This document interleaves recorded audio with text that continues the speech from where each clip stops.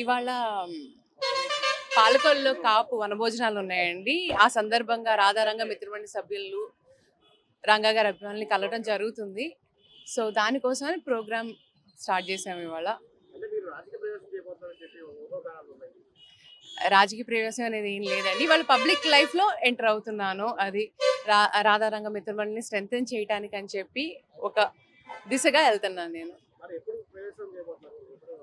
రాధారంగ మిత్రమండలి పెద్దలతో సలహా సూచనలు చేసి వాళ్ళ డెసిషన్ పట్టి వాళ్ళ సలహా పట్టి నేను రావాలా లేదా ఏ పార్టీ అనేది ఫ్యూచర్లో ఎలాంటి డెసిషన్ తీసుకున్నా మీ మీడియా మిత్రులను తప్పకుండా పిలుస్తాను.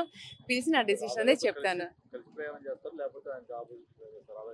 అది రాధారంగ మిత్రమండలి పెద్దల సలహా బట్టి ఉంటుందండి. ఎందుకంటే వాళ్ళు ఏదనేది చెప్తే దాని ప్రకారం నేను డెసిషన్ తీసుకుంటాను. కానీ ఒకటండి, ఫ్యూచర్లో మా ఇద్దరి మార్గాలు ఒకవేళ వేరుగా ఉన్నా ఒకటిగా ఉన్నా మేము పనిచేసేది రంగా గారి ఆశయ సాధనల కోసమే.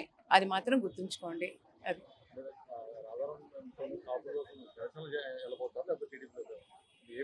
ఇంకా అసలు పొలిటికల్ డెసిషన్ తీసుకోలేదండి. సో దయచేసి దాని గురించి మీరు అడగకండి. రైట్.